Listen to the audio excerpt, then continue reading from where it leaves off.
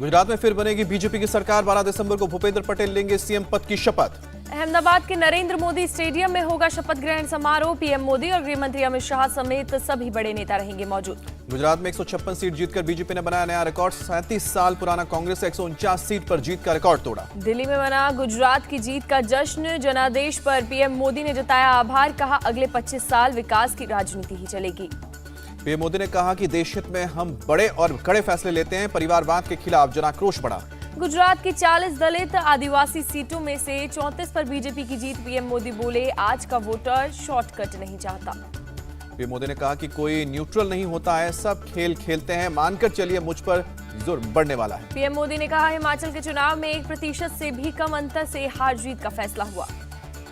PM Modi ने कहा कि बीजेपी को लेकर प्यार अलग अलग राज्यों के उपचुनाव में भी दिखा। बिहार और यूपी में बीजेपी की जीत हुई। क्या आप सिलाई सीखने के लिए हजारों रुपए खर्च करने के लिए चिंतित हैं? फ्रीडम ऐप को डाउनलोड करें, 40 घंटों का टेलरिंग कोर्स देखिए और खुद का टेलरिंग बिजनेस शुरू करें। गुजरात की जीत सबका साथ सबका विकास के मूल मंत्र का नतीजा। बीजेपी अध्यक्ष जेपी नड्डा का बयान। गुजरात की जनता को पीएम के विकास मॉडल पर भरोसा। गृह मंत्री अमित शाह का बयान। सीएम भूपेंद्र पटेल घाटलोडिया सीट से 1,92,000 वोटों के अंतर से जीते। कहा लोगों ने देश विरोधी मानसिकता का नकारा।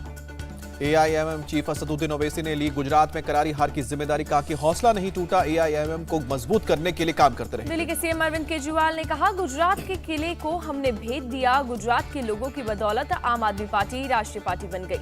अरविंद केजरीवाल ने कहा कि गुजरात के लोगों को नहीं किया गया गुमराह। पंजाब में जो काम किया उसके आधार पर किए वादे। गुजरात कांग्रेस प्रभारी रघु शर्मा ने गुजरात चुनाव 2022 में पार्टी के प्रदर्शन की जिम्मेदारी लेते हुए इस्तीफा दिया।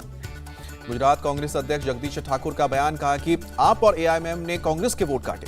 कांग्रेस विधायक दल की आज शिमला कांग्रेस हेडक्वार्टर में बैठक। कांग्रेस अध्यक्ष को विधायक दल का नेता चुनने का अधिकार देने पर प्रस्ताव होगा पास।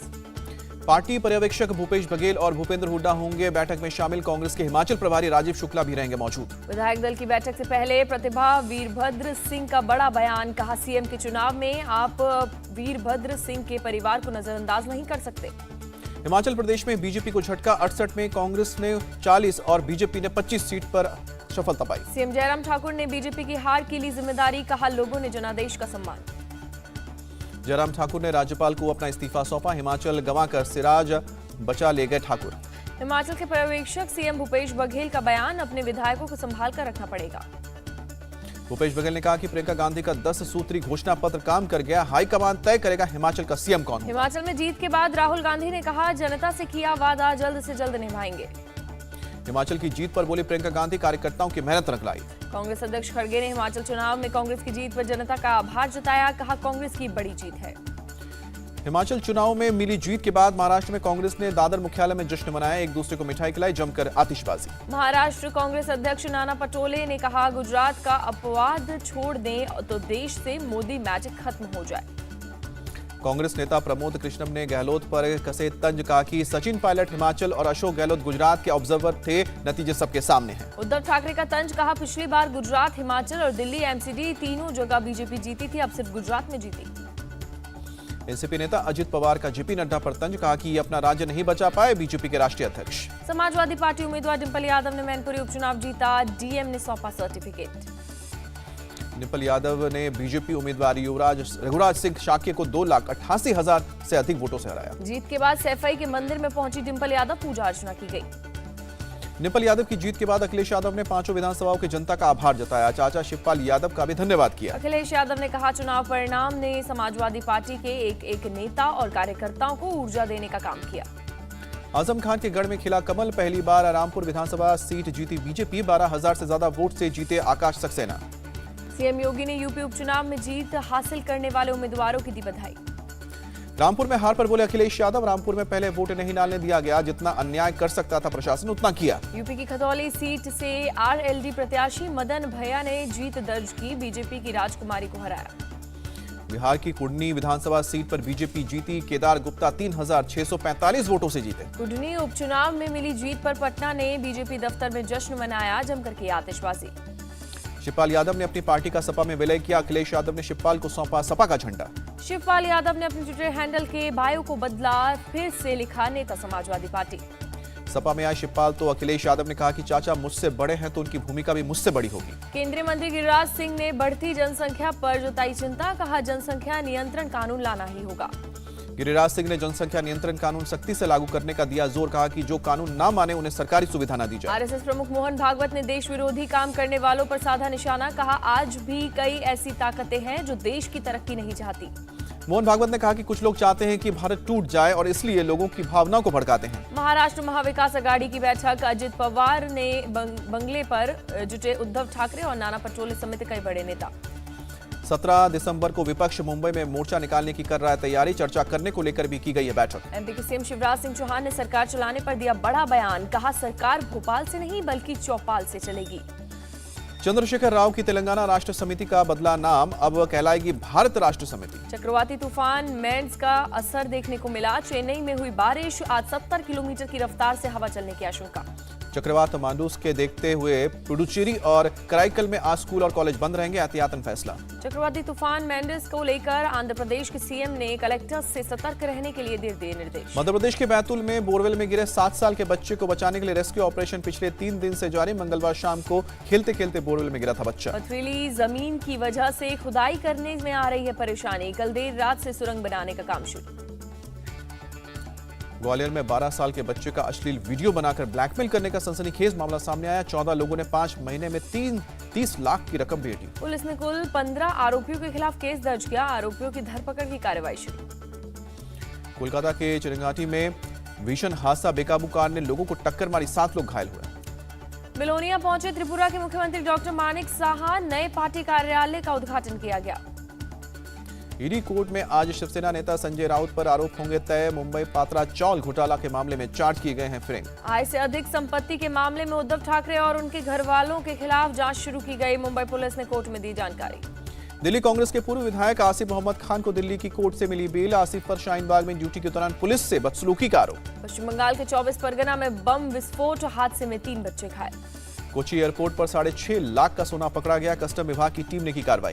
केंद्रीय मंत्री जितेंद्र सिंह ने राज्यसभा ने बताया कि पिछले 5 साल में यूपीएससी और एसएससी में 2.5 लाख उम्मीदवारों की भर्ती हुई। देहरादून में बोली राष्ट्रपति द्रौपदी मुर्मू, उत्तराखंड की एक समृद्धि संस्कृति रही है, इसका विकास होना चाहिए। प्रधानमंत्री मोदी से मिले मिजोरम के सीएम जोरमथंगा ने कहा, पीएम के नेतृत्व के बाद भारत हर मोर्चे पर मजबूत हुआ। सुप्रीम कोर्ट की केंद्र की 2 टूक, क्लोलिजियम लॉ ऑफ द लैंड, इसका पालन होना चाहिए। एयर इंडिया के पुराने विमान हो जाएंगे नए जैसे, $400 मिलियन खर्च किया जाएगा।